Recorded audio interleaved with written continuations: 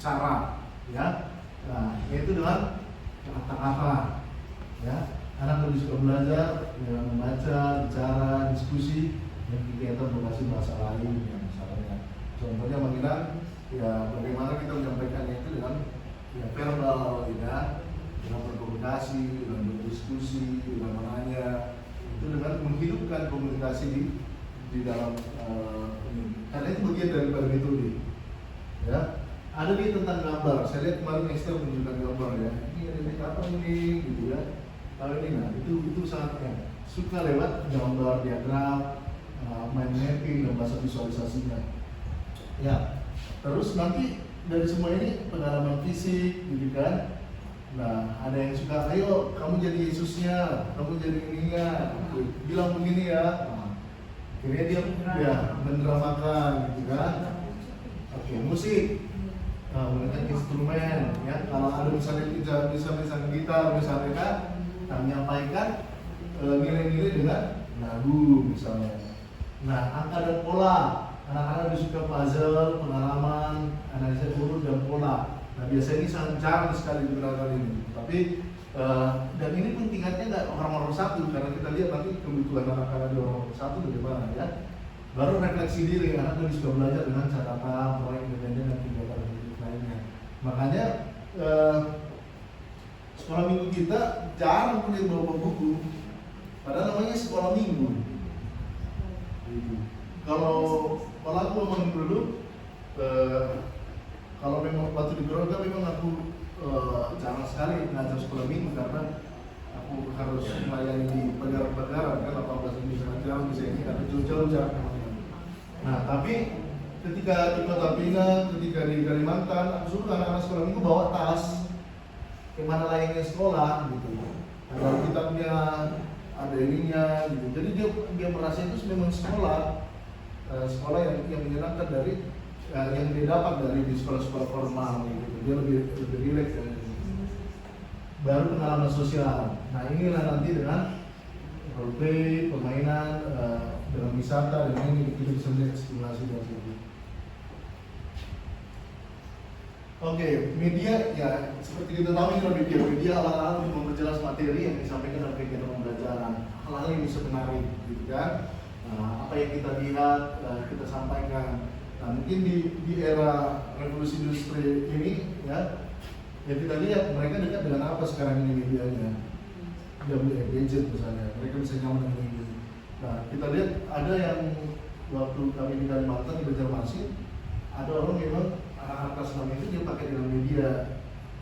Mereka suruh bawa handphone gitu kan, untuk menyampaikan misalnya dengan game.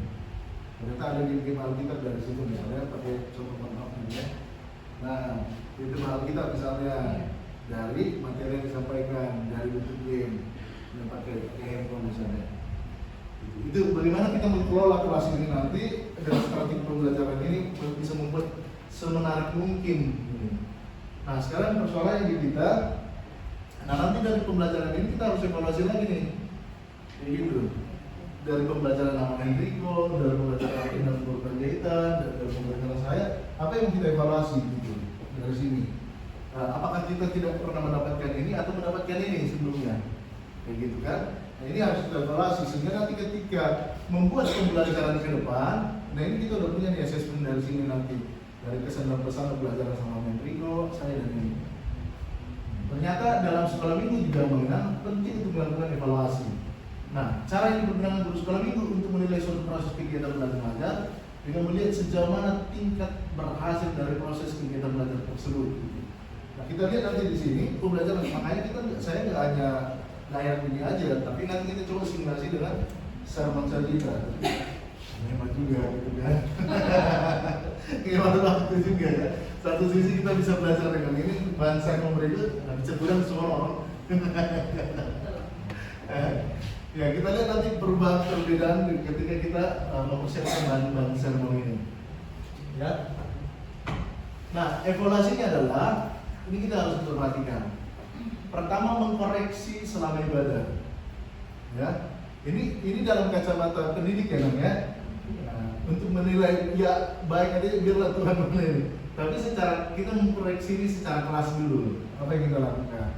Nah, aku udah bilang di Pakalado teman, kalau siapa Sintua yang ngerjain kita itu udah sermon sekolah minggu, supaya apa? Supaya kita bisa damai ini gitu. Nah, menyampaikan firman Tuhannya, supaya kita terlibat bersama-sama menggumuli firman itu. Nah, banyak gereja yang nggak peduli tentang evaluasi, padahal fungsi pertama evaluasi adalah mengkoreksi apa yang kurang tepat ketika melayani. Mulai dari pelayanan datang telat, pembawa firman yang lupa membawa penggunaan ilustrasi, atau anak-anak yang susah diatur saat ibadah. Jadi fungsi mengetahui ini semua adalah agar kita tahu mana yang benar dan mana yang salah. Ketika kita tahu, kita bisa mempraktikannya ketika minggu depan kita mengadakan ibadah sekolah minggu. Jadi misalnya kenapa anak-anak sekolah minggu itu terlambat? Perlu disuruh datang. Kenapa tadi? Biasanya ini ada berapa orang? Tapi karena situasi kondisinya lagi gedung lagi jadi kami hanya beri dua orang. Oh, di sini sama di tapi kan itu bisa tuh dulu perbedaan bisa dipakai. Nggak bisa mas, ada pemburu datang siapa itu? Mangalado, Iya. dulu sih emang pernah kita pakai 5 orang. Dulu pernah sempat karena kita pakai 5 orang. Tapi karena Sintua dulu ya berarti ya. Sekarang dia pernah 9. Anak-anak itu Tuhan, supaya kita terbaik bagi Tuhan, begitu ya. Jangan kita sekarang ini kita udah terus mana gitu kan. Padahal untuk kita terus bisa bertumbuh supaya kita lebih baik kualitas pelayanannya. Nah, biasanya ketika melayani orang punya karir berbeda-beda. Nah, sebenarnya gereja-gereja modern, bahkan maaf aku pernah dengar ini di Korea, pendeta-pendeta yang nggak berkuasa nggak boleh kan khotbah.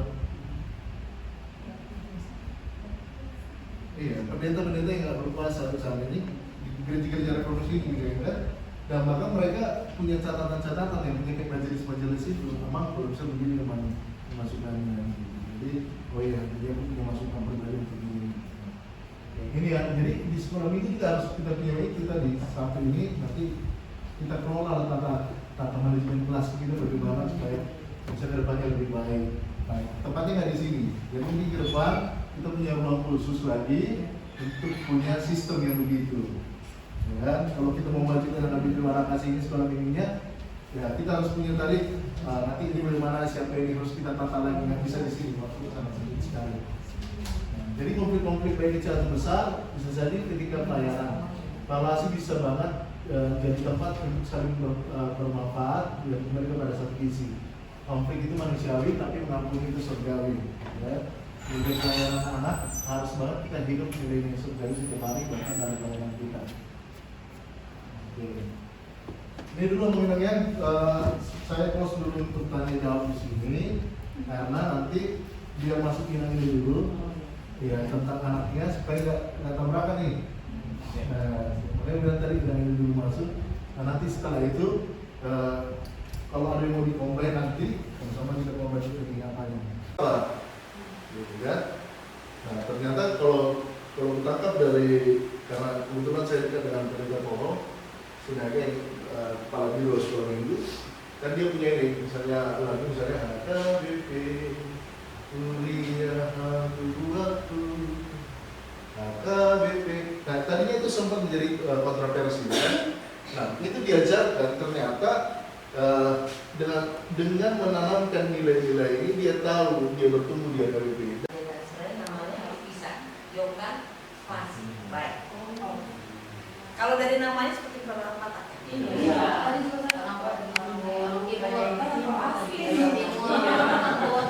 Saya asli Batak. Enggak lokasi. Kalau boleh tahu arti namanya apa? Nah, nanti dulu ya. Satu. Saya ini kenapa nama Yokan baik? Saya lahir di Palembang. Besar di Palembang. Ketika kuliah S1 baru ke Siangka.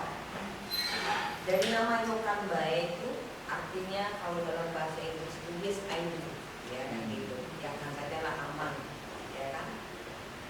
Mama Boru Siaha. Langsung ya. Sosial ya.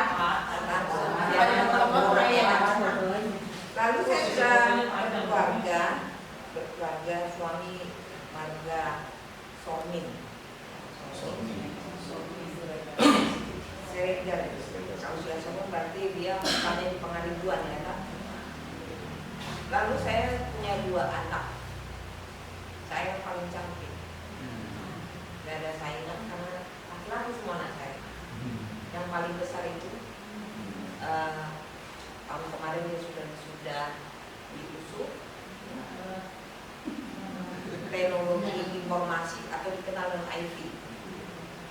Lalu yang nomor 2 juga sudah wisuda ya, dari Universitas Indonesia Fakultas Hukum bulan Maret tahun ini dia yang bulan Maret yang lalu dia sudah wisuda dan dia sudah kerja di kantor firma hukum Lukas Menggintang ya yang di Kuningan. Oke. Jadi itulah keluarga kecil kami. Lalu saya sebenarnya tadi sebelum di HKBP Selipi saya di HKBP Selipi baru diucapkan di bulan Juni saya dosen di sekolah di Liverpool kita 7 tahun. Sebelumnya juga saya sudah di Jakarta juga layanan di AKBP Petojo di Petojo yang di global. Kira-kira seperti itulah perkenalan kita dan baru saya diminta untuk memberikan materi tentang psikologi anak. Jadi memang kalau psikologi anak ini sangat berkaitan sekali, mendukung sekali tentang tentang studi sekolah minggu, tentang pengajaran. Nah, saya mengambil berdasarkan buku kita teori perkembangan kognitif Gen Z. Ya, jadi kita sudah mengenal ya, bagaimana dalam tahap perkembangan kognitif anak-anak ini dibagi dalam 4 tahap. Gen Z ini siapa? Seorang psikologi yang berasal dari Swiss, ya, Swiss, dan dia sangat jasanya untuk memberikan kontribusi kepada pendidikan anak, ya, khusus pendidikan anak di tahun 18-an ya, 1800-an dia sudah berkarya. Dan banyak sekali kegiatan yang dia masukan teori yang sangat bagus berkontribusi. Dari berdasarkan ini saja saya mengambil tentang psikologi anak, karena saya lihat sangat berkaitan dengan soal pengajaran. Jadi kalau kita melihat kenapa sih anak-anak itu dibagi di dalam kelompok, itu harus, karena kalau berdasarkan daripada teori ini itu sangat jelas sekali berkaitan, ya, sangat berkaitan dan mempengaruhi cara kita mengajar. Tadi saya dengar tadi ada ibu-ibu yang mengeluhin anak, kok misalnya ini kok susah banget gitu menjawab dia, nggak tahu lagi. Mungkin ini kita bisa belajar. Daya ingat anak biasanya kan berbeda-beda, tidak sama. Apalagi banyak sekali pengaruh-pengaruh, ya. Kenapa sih seperti ini? Kenapa sih? Nah, kita jangan putus asa. Ini mau mengatakan jangan putus asa bahwa kita harus lebih banyak belajar tentang anak, ya. Nah, kalau dalam Gen ini ternyata semua berkaitan, termasuk hereditas, ya, lingkungan, ya. Jadi semua mempengaruhi kognitif anak. Jadi tidak sesederhana itu ternyata melihat. Kalau saya lihat, kalau kita lihat bagaimana menurut dia. Oke, kita masuk aja. Udah bisa kita masukin, nah? Bisa. Saya? Ya. Kayaknya di sini orang banget ya. Apa namanya? Proyektornya. Oke. Ya, oke. Ada 4 tahapan perkembangan kemampuan kognitif anak berdasarkan usia, ya kan? Yaitu tahap sensori motor. Lalu apa saja tahap sensori motor. Ini artinya anak-anak itu dalam usia ini, tahapan ini usianya 0 sampai 2 tahun, ya. Nah, ini digolongkan 0 sampai 2 tahun. Prosesnya concentration, artinya pada usia ini bayi tidak bisa terpisah dari lingkungan. Lalu bayi bergerak pada refleks instintif. Artinya gini, contohnya anak bayi yang baru lahir itu, contohnya itu sangat berpengaruh dengan dunia sekitarnya, lingkungannya. Terutama itu gerak, ya, gerak. Misalnya contohnya ya, bayi itu kognitifnya belum berkembang dengan sempurna. Misalnya, ya, kalau kita sering lihat bayi itu suka dia senyum sendiri, ya kan? Ya kan? Lalu kemudian kalau dikasih, maaf ini kalau bayi kan kalau dia menyusu kan, jadi dalam pikirannya kalau ada benda-benda yang masuk ke mulutnya itu dia akan hisap, ya kan? Reaksi dia itu tadi instintif ini, ya, ya. Jadi dia belum bisa dia membedakan mana puting susu, mana yang tidak. Nah, ini yang dikatakan refleks, ya. Artinya dia tidak bisa, belum berpikir, memorinya belum sempurna. Nah, ini untuk kesabaran, ya. Mengurus bayi itu tidak gampang, ya. Tidak gampang mengurus bayi. Dia belum, mungkin kalau dia masih berkomunikasi, cara berkomunikasi dia dengan sekitar dia. Dia hanya bisa mendengar, dia berkomunikasi pendengaran, terus apalagi penciuman, lalu sentuhan, ya kan? Bayangin kalau bayi sudah dapat rasa, ya kan? Ini yang mengerikan, ya kan? Makanya dalam proses inilah makanya dikatakan sensori, ya. Dia hanya dengan sentuhan, pendengaran dan juga rasa, ya, rasa. Tapi dia belum bisa berbicara, belum bisa dia mengatakan ini enak atau tidak enak. Karena itu kalau bayi itu berkomunikasinya hanya dengan nangis, ya. Kalau lapar nangis, kalau haus nangis, tidak nyaman nangis, basah apanya nangis, ya kan? Ini tidak bisa. Nah, di sini makanya dikatakan dia tahap sensori 0 sampai 2 tahun. Nah, kalau sudah mulai lewat itu kan sudah mulai berjalan, nah, itu dia belum bisa mengatakan ini tidak baik, ini baik, kan begitu. Nah, kalau kita pengajaran, kalau melakukan pengajaran ini biasanya kelas apa? Kelas balita, ya kan? Balita. Nah, pengajaran dengan mereka itu tidak boleh dengan secara memaksa. Tidak bisa, karena memang belum bisa, dia memori mereka belum dikatakan belum bisa sempurna, itu kan? Belum bisa sempurna. Jadi dia kognitifnya belum dikatakan daya ingat, daya itu gimana. Nah, kelas ini biasanya bermain saja, bermain, ya. Tadi kan kita katakan dia adalah suara, lalu pendengaran, ya kan? Apalagi tadi gerakan-gerakan, ya. Jadi di sini lebih banyak bermainnya, ya kan? Bermainnya. Dia juga belum bisa membedakan warna, ya kan? Dia hanya, ya gimana namanya anak bayi, ya, anak yang dikatakan balita itu tidak bisa kita harapkan banyak, karena memang itu tahapan mereka. Lalu kedua menurut Jane, tahap pra-operasional atau pre-operasional, phase perkembangan kemampuan kognitif ini terjadi pada rentang usia 2 sampai 7 tahun, ya kan? Nah, ya, masih juga balita. Ya, balita. Ya, cara berpikir anak pada pertingkat ini adalah bersifat tidak sistematis, tidak konsisten, dan tidak logis. Nah, kenapa? Tidak logis. Mereka masih belum juga memorinya, kognitifnya masih belum sempurna. Ini tingkat kesabaran kita harus di sekolahnya itu harus sabar juga, ya. Tidak boleh memaksa, ya kan? tidak bisa memaksa. Ya artinya di sinilah, gimana guru sekolah minggunya itu harus super mami, ya super mom, ya kan?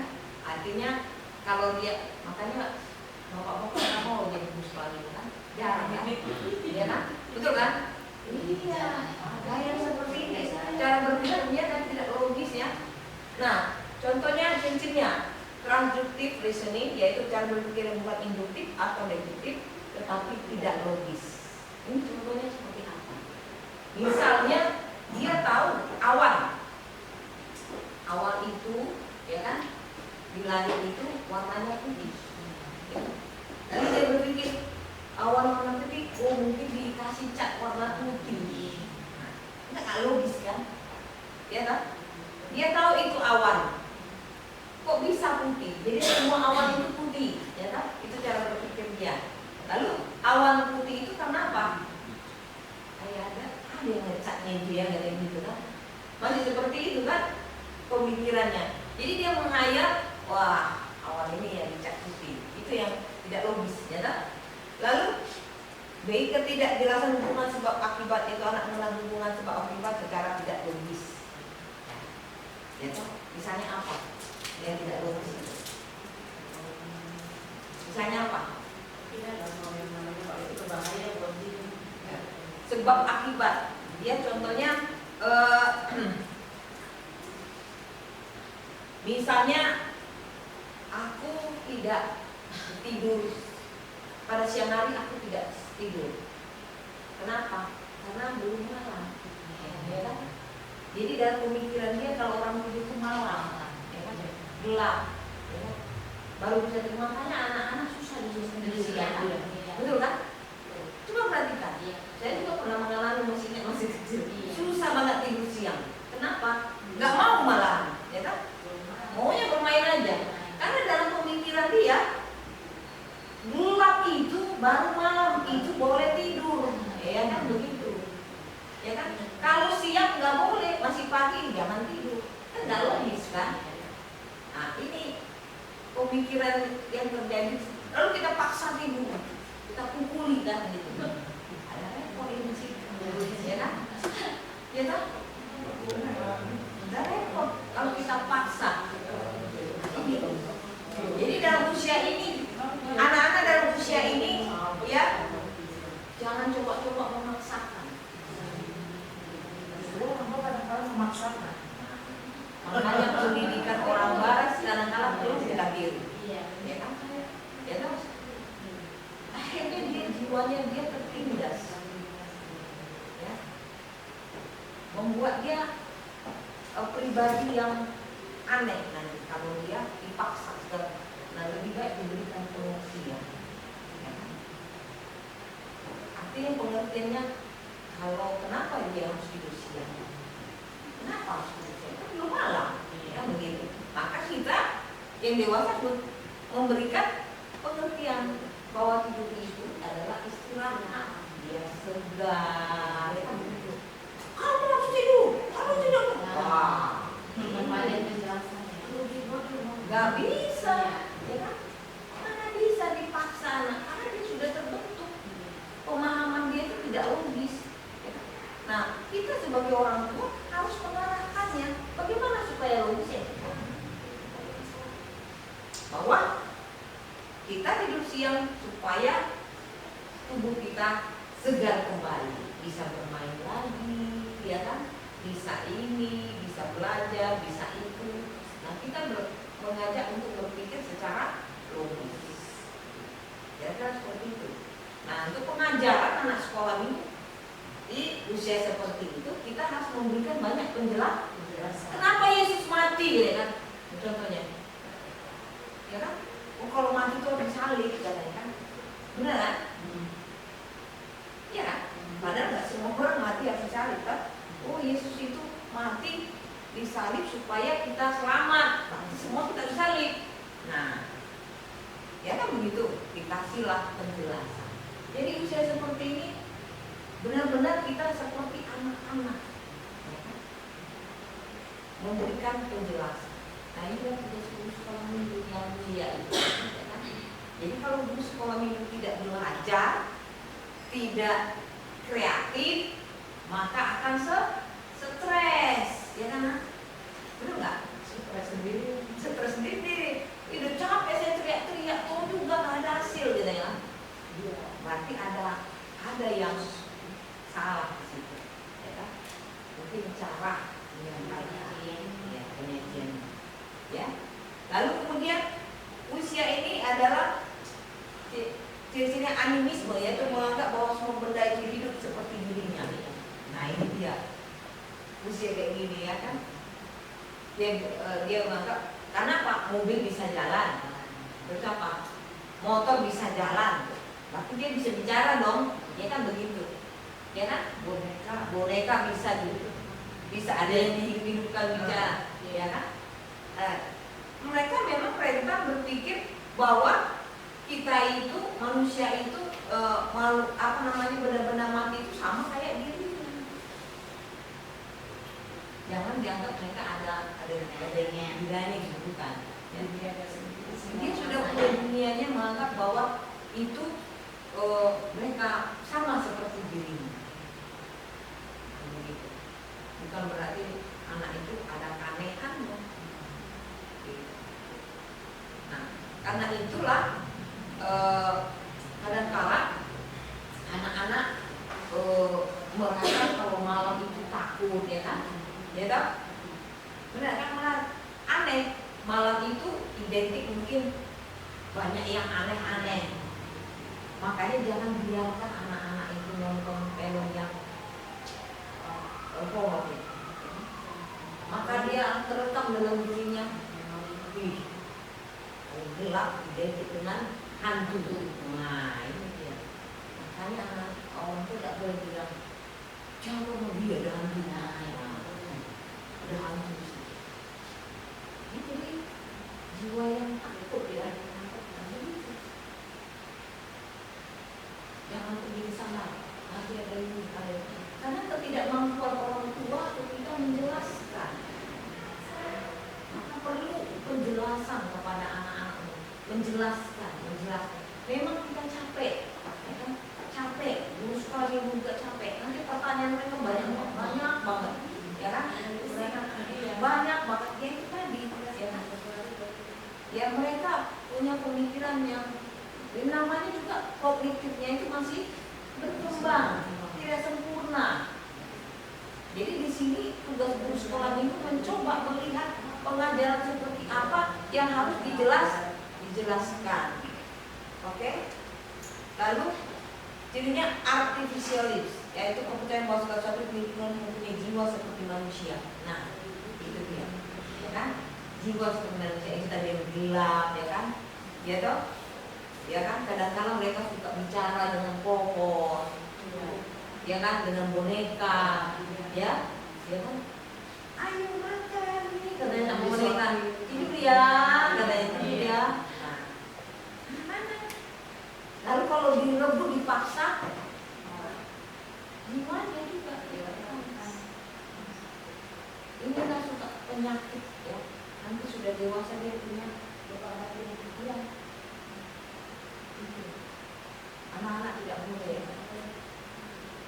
karena kita tidak memahami hidupnya anak-anak, lalu kita membuat sebuah kekerasan berbahaya dengan jiwa-jiwa. Guru sekolah minggu juga tidak boleh teriak-teriak, kamu dulu, ya kan? Bagaimana kita mendisiplinkan anak itu harus dengan pengertian, paham dunia mereka. Yang mereka begitu, ya. Super ekstra, memang. Makanya baby sister itu mahal, ya. Iya, mahal. Kalau yang benar, ya. Hati-hati kita juga dalam baby sister. Biasanya baby sister itu dididik dulu kan, ya. Supaya mereka bisa bekerja sama dengan orang tua apa yang diminta. Jadi, yang satu contoh ini nggak tahu, apakah kita suka melihat tayangan-tayangan Rayanza, ya kan? Baby sisternya kan dipuji, ya kan? Karena mendidik si Rayanza yang akhirnya bisa komunikasi dan apa nih bagus sekali, saya semua komunikasi bagus sekali, bagus sekali. Ya dia tahu dunia, dia paham dunia anak-anak. Baby sister jarang bapak-bapak juga ya, sorry ya saya bapak-bapak. Karena nggak sabar ya, hanya ibu yang sabar. Makanya terus kalau ibu banyak sekali ibu, ya kan, kaum Hawa, ya. Karena dia lembut, sabar. Lalu perceptually bound, yaitu anak menilai suatu berdasarkan apa yang dilihat atau didengar. Nah ini dia, ya. Usia 2-7 tahun ini disinilah kognitifnya itu, mentalnya itu sekalian juga ya. Apa yang dilihat atau didengar. Jadi kalau bapak mamanya, bapaknya didengar dia ngomong kasar di rumah, cakap kotor, ditirunya itu nanti, ya, didengar dan menirukan apa yang dilakukan. Iya, meniru. Kalau terjadi kekerasan di rumah, ya kan, sama kekerasan verbal, kekerasan fisik, maka itu akan terekam dalam memorinya. Kasihan ya. Kadang saya melihat kalau di TV itu orang barat ini keren juga ya. Kalau mereka bertengkar nggak mau di depan, pergi mereka ke sana, jangan di depan. Ya kan? Jadi mempertontonkan pertengkaran orang tua di depan itu malah saja mempertontonkan pribadi mereka dan melihat perkembangan jiwanya nanti tidak kenal, perkembangan jiwanya akan lain. Lebih baik menahan diri. Ambil satu tempat atau dia tidur juga mungkin didengarnya kan? Makanya dia di tempat yang lain. Ini perkembangan jiwanya itu, dan kita akan benceng seperti anak-anak dia. Kalau dia dengar anak-anak suka ngomong kotor, misalnya ada aja di sekolah minggu kan? Ada banyak. Ya. Berarti itu menggambarkan apa? Orang tuanya, keluarganya, rumahnya sudah terbiasa lingkungan dan lingkungan itu terbiasa dia dengar itu. Kalau memukul orang tuanya, bapaknya memukul mamanya, setiap ada kecoak, dia juga akan melakukan hal yang sama. Karena dia lihat bahwa itu hal yang biasa, tidak salah, kan begitu. Nah, hati-hati. Karena dia belum bisa membedakan mana yang benar, mana yang benar.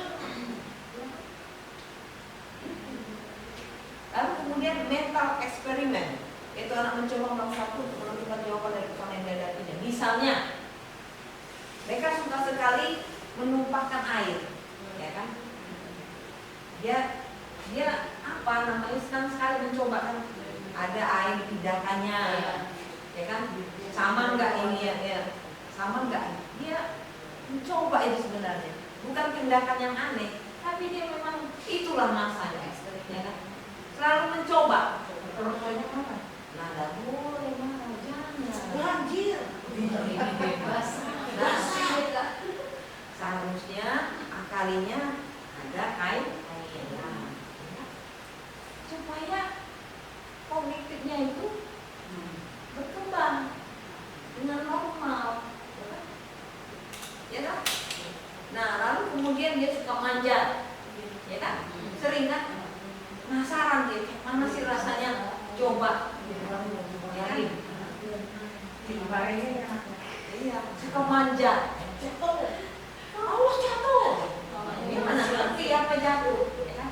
Tugasnya orang tua masih ngawasi, bukan melarang. Ya.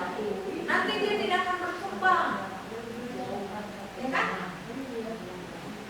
Betul kan? Ya itu terjadi ya kan? Lalu dia sering, yang lebih sering sebenarnya yang kita lihat ini ya kan? Iya, bereksperimen. Ya kan? Sering bereksperimen. Misalnya, kayak mana sih kita jadi cabai, kayak mana sih rasanya? Ya ambilnya, ya kan?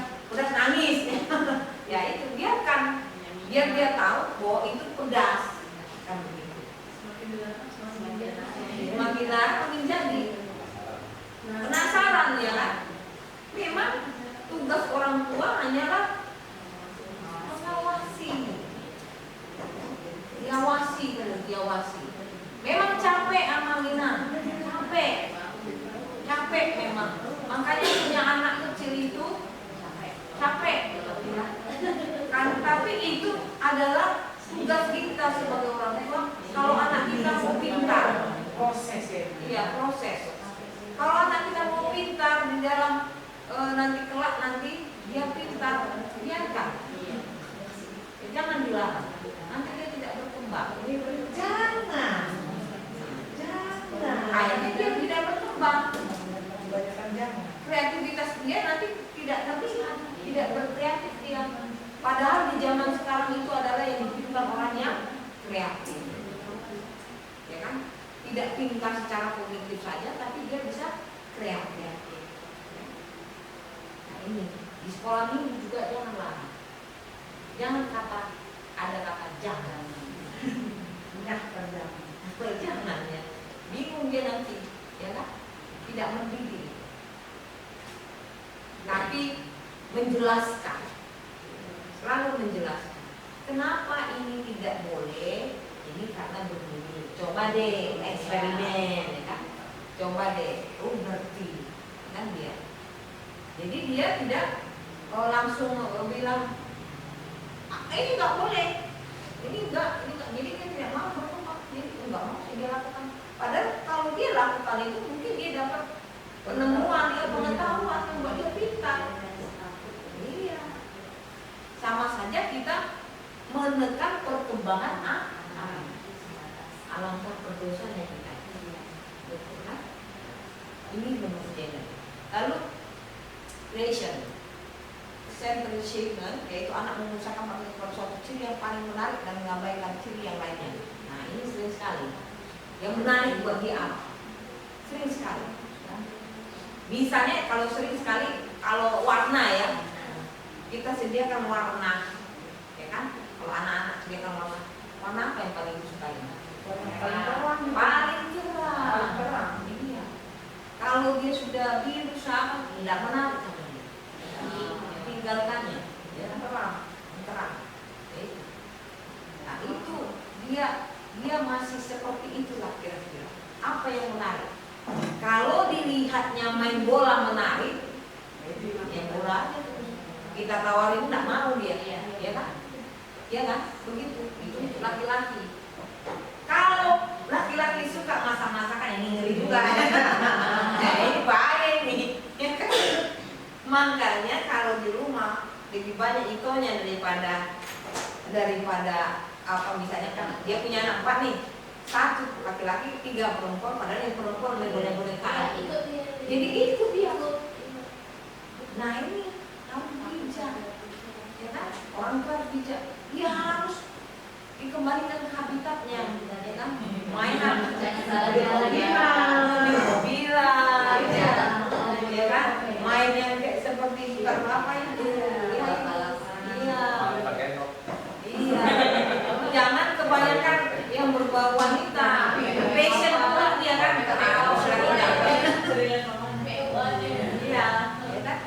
Islam kita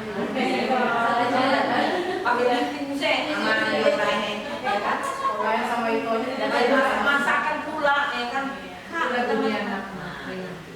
ada nama itu tidak ada pula. Nah ini nggak perlu pengawasan. Atau sebaliknya perempuan sendiri, suami itu yang bermasalah beda sendiri. Pelajari di rumah dia bagaimana, oke? Di rumah dia bagaimana? Karena itu sedikit banyak yang pengaruhnya ada, ya.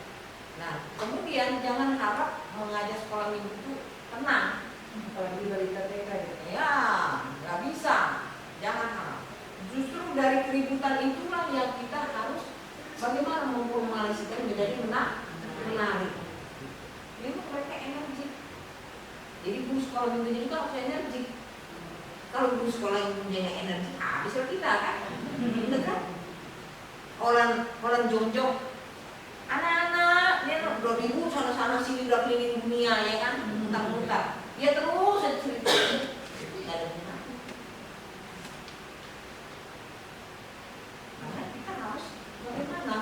supaya ini anak-anak yang tadi balita, batita itu bisa terkendali. Harus kita pelajari.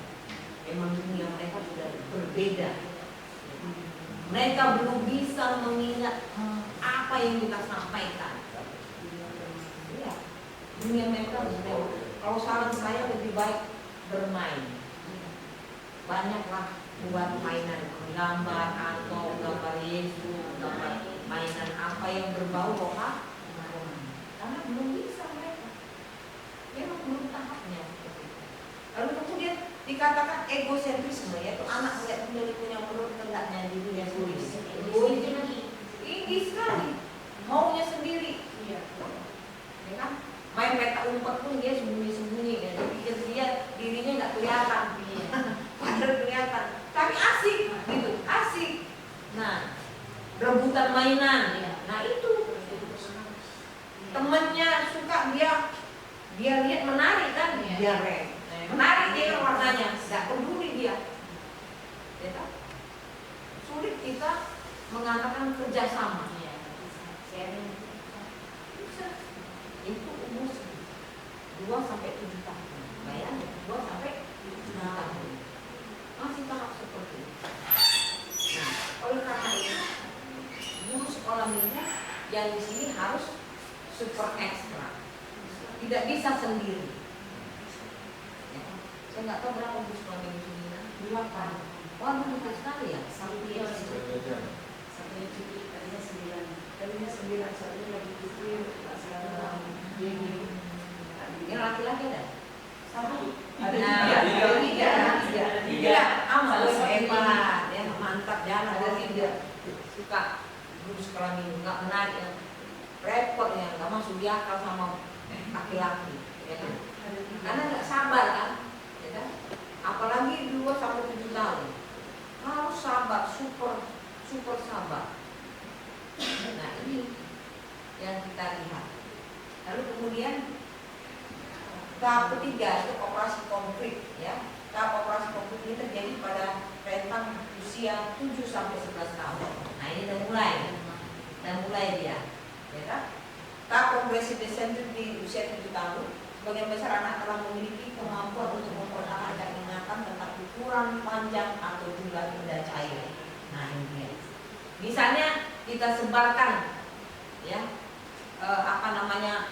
kelereng, entah apa bentuk apa ya kita tes, ya kan? Entah dia bentuk misalnya itu tusuk gigi atau apa yang panjang, nah, dia sudah bisa membedakan, sudah tahu, oh ini kelereng, oh ini tusuk gigi. Lalu kalau benda cair itu misalnya volume air tadi itu yang tadi disuka sekali itu kan, oh ini air, ya kan? Air ini sudah bisa kalau misalnya ditumpahkan ke yang ukuran yang gelas kecil maka dia akan tumpah.